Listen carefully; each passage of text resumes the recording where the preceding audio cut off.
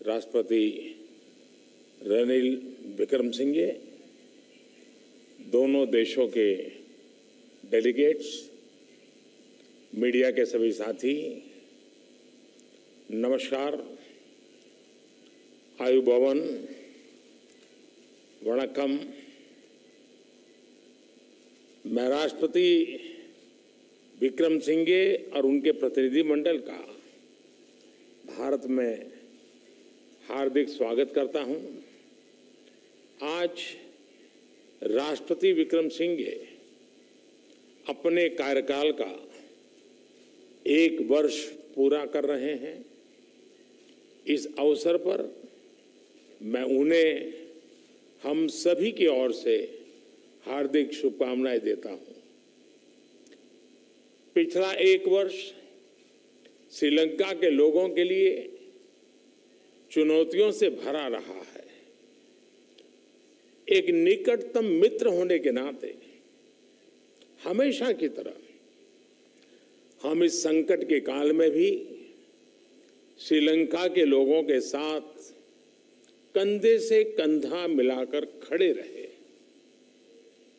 और जिस साहस के साथ उन्होंने इन चुनौतीपूर्ण परिस्थितियों का सामना किया, इसके लिए मैं श्रीलंका के लोगों का हृदय से अभिनंदन करता हूं।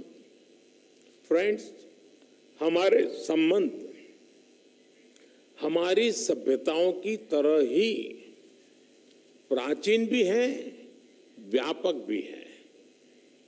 भारत की नेबरहुड फर्स्ट पॉलिसी और सागर विजन दोनों में भी श्रीलंका का एक महत्वपूर्ण स्थान है। आज हमने द्विपक्षीय, क्षेत्रीय तथा अंतर्राष्ट्रीय मुद्दों पर अपने विचार साझा किए। हमारा मानना है कि भारत और श्रीलंका के सुरक्षा हित और विकास एक दूसरे से जुड़े रहे हैं और इसलिए यह आवश्यक है कि हम एक दूसरे की सुरक्षा और संवेदनाओं को ध्यान में रखते हुए साथ मिलकर काम करें। फ्रेंड्स, आज हमने हमारी इकोनॉमिक पार्टनरशिप के लिए एक विजन डॉक्यूमेंट अपनाया है। यह विजन है दोनों देशों के लोगों के बीच मैरीटाइम, एयर, एनर्जी और पीपल टू पीपल कनेक्टिविटी को मजबूती देने का। यह विजन है टूरिज्म, पावर, ट्रेड, उच्च शिक्षा और स्किल डेवलपमेंट में आपसी सहयोग को गति देने का। यह विजन है श्रीलंका के प्रति भारत के लॉन्ग टर्म कमिटमेंट का। फ्रेंड्स, हमने तय किया है कि economic and technological cooperation agreement पर शीघ्र ही बातचीत शुरू की जाएगी। इससे दोनों देशों के लिए व्यापार और आर्थिक सहयोग की नई संभावनाएं खुलेगी। हम भारत और श्रीलंका के बीच हवाई कनेक्टिविटी बढ़ाने के लिए सहमत है। व्यापार और लोगों का आवागमन बढ़ाने के लिए तमिलनाडु के नागपट्टनम और श्रीलंका के कांकेसंतुरई के बीच पैसेंजर फेरी सर्विसेज शुरू करने का निर्णय भी लिया गया है। हमने तय किया है कि दोनों देशों के बीच इलेक्ट्रिसिटी ग्रिड्स को कनेक्ट करने के काम को तेजी से आगे बढ़ाया जाएगा।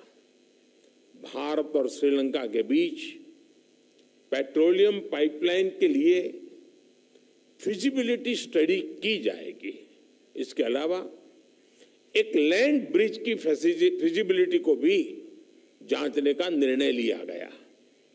आज श्रीलंका में यूपीआई को लॉन्च करने के लिए हुए समझौते से फिनटेक कनेक्टिविटी भी बढ़ेगी। फ्रेंड्स, आज हमने मछुआरों की आजीविका से जुड़े मुद्दों पर भी चर्चा की। हम सहमत हैं कि हमें इस मामले में एक मानवीय अप्रोच के साथ आगे बढ़ना चाहिए। हमने श्रीलंका में रिकंस्ट्रक्शन और रिकंसिलिएशन पर भी बात की। राष्ट्रपति विक्रम सिंघे ने अपने समावेशी दृष्टिकोण के बारे में मुझे बताया।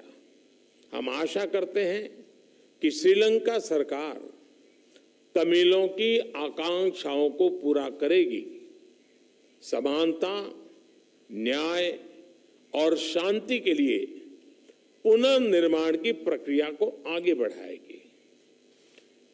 13वें संशोधन का इम्प्लीमेंटेशन और प्रोविंशियल काउंसिल इलेक्शंस कराने की अपनी प्रतिबद्धता को पूर्ण करेगी और श्रीलंका के तमिल समुदाय के लिए रिस्पेक्ट और डिग्निटी की जिंदगी सुनिश्चित करेगी। फ्रेंड्स, यह वर्ष हमारे द्विपक्षीय संबंधों के लिए विशेष महत्व रखता है। हम अपने डिप्लोमेटिक संबंधों की 75वीं वर्षगांठ मना रहे हैं। साथ ही भारतीय मूल का तमिल समुदाय श्रीलंका में अपने आगमन के 200 वर्ष पूरे कर रहा है। मुझे यह कहते हुए खुशी है, इस अवसर पर श्रीलंका के भारतीय मूल के तमिल नागरिकों के लिए 75 करोड़ रुपए की लागत से विभिन्न प्रोजेक्ट्स क्रियान्वित किए जाएंगे। इसके साथ साथ भारत श्रीलंका के उत्तरी और पूर्वी क्षेत्र में भी विकास कार्यक्रमों में योगदान देगा। एक्सेलेंसी, एक स्थिर, सुरक्षित और समृद्ध श्रीलंका न केवल भारत के हित में है, बल्कि पूरे इंडियन ओशन रीजन के हित में है। मैं एक बार फिर आश्वासन देता हूं कि श्रीलंका के लोगों की इस संघर्ष की घड़ी में भारत के लोग उनके साथ है। बहुत बहुत धन्यवाद। Thank you sir.